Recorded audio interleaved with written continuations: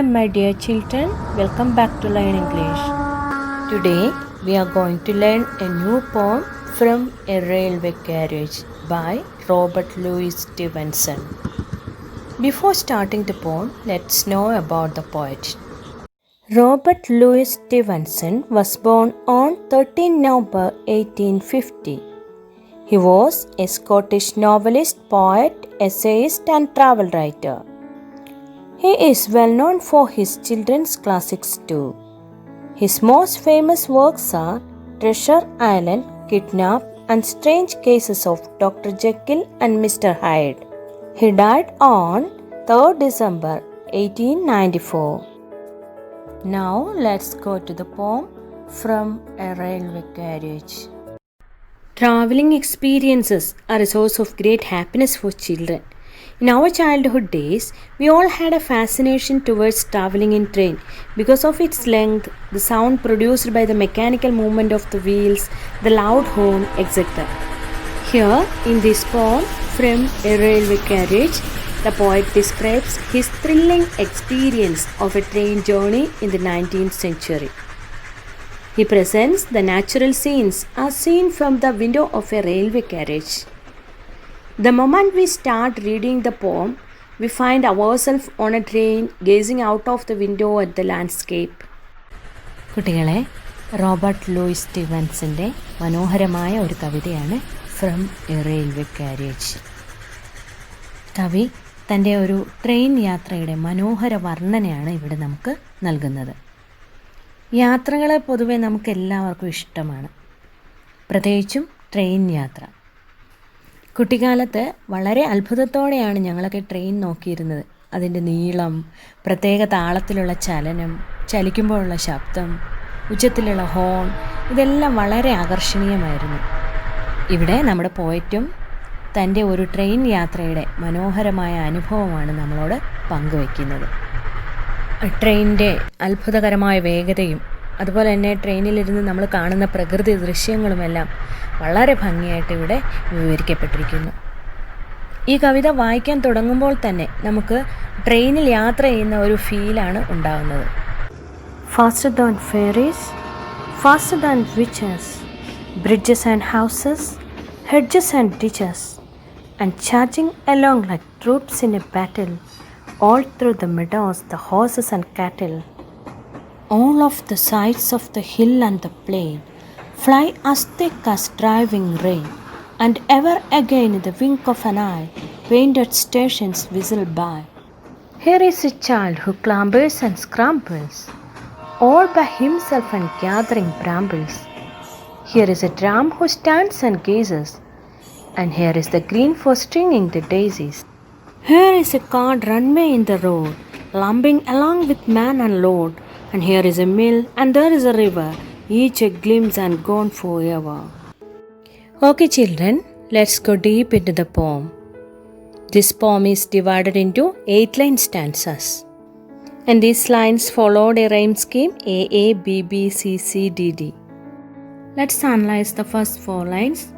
Here the poet says that the train runs more quickly than the fairies can fly or the witches can move.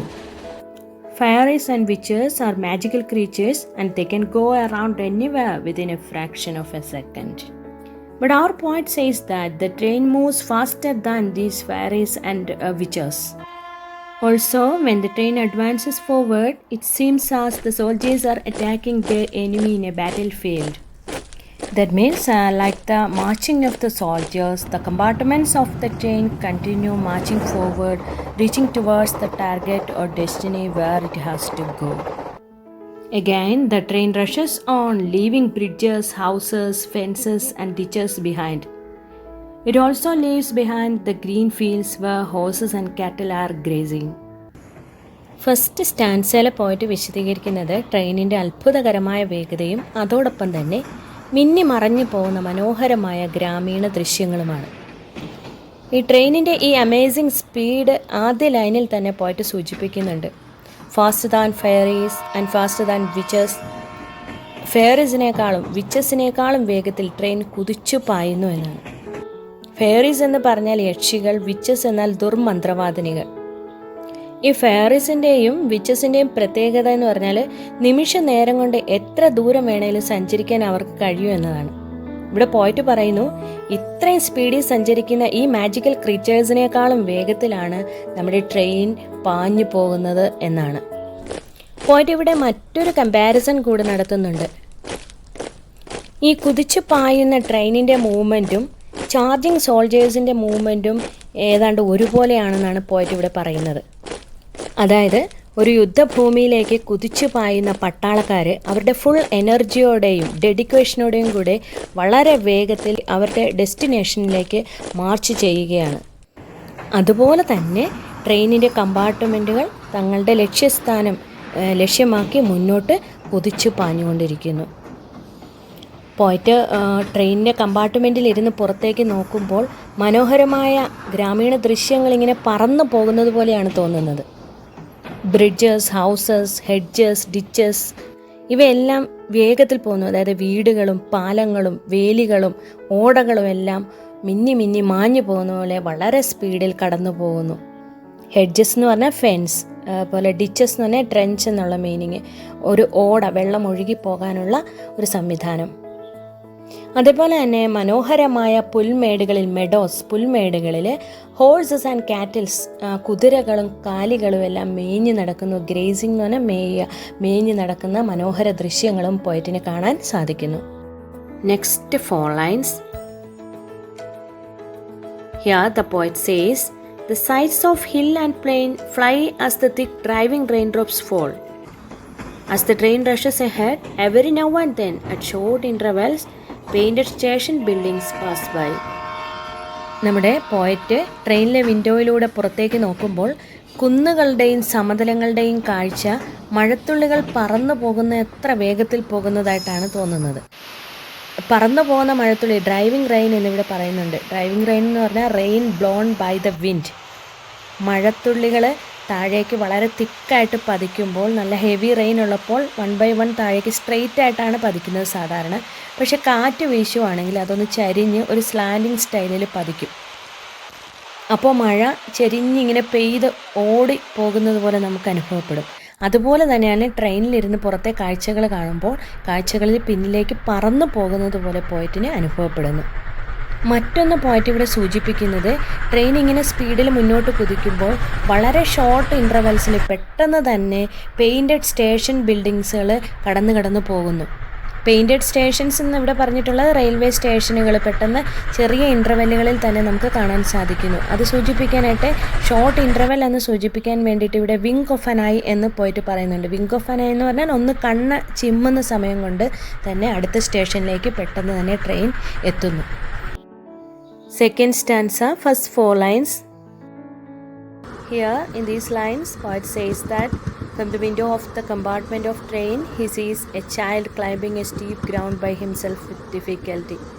The child was gathering blackberries during climbing, and also the poet sees a homeless person who was looking at the train with surprise. And the poet also sees some ladies who were making garlands of daisy flowers. പുറം കാഴ്ചകളെക്കുറിച്ച് പോയിട്ട് വീണ്ടും വാചാലനാകുകയാണ്. ഇവിടെ ഒരു കുട്ടി വളരെ ബുദ്ധിമുട്ടി മരത്തിൽ വലിഞ്ഞു കയറി പഴങ്ങൾ പറിക്കാനുള്ള ശ്രമം നടത്തുന്നു. ചൈൽഡ് ക്ലാംബേഴ്സ് ആൻഡ് സ്ക്രാമ്പിൾസ് എന്ന് പറയുന്നുണ്ട്. ക്ലാംബേഴ്സ് എന്ന് പറഞ്ഞാൽ ക്ലൈംബ് വിത്ത് ഡിഫിക്കൽറ്റി, ബുദ്ധിമുട്ടി കയറുന്നതിനാണ് ക്ലാംബേഴ്സ് എന്ന് പറയുന്നത്. സ്ക്രാമ്പിൾസും അതുപോലെ തന്നെ അള്ളിപ്പിടിച്ച് മുന്നോട്ട് കയറി നീങ്ങുന്നതിനാണ് സ്ക്രാമ്പിൾസ് എന്ന് പറയുന്നത്.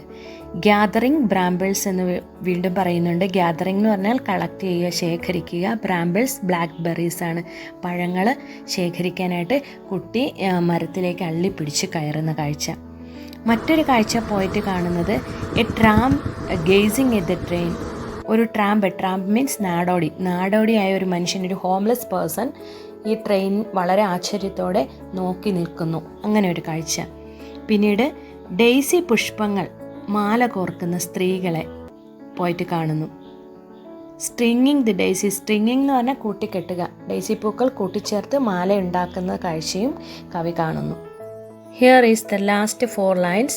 Here the poet sees a cart moving with heavy load on the road, and the cart driver was sitting on the top of that load. He also sees a watermill and river while traveling in the train.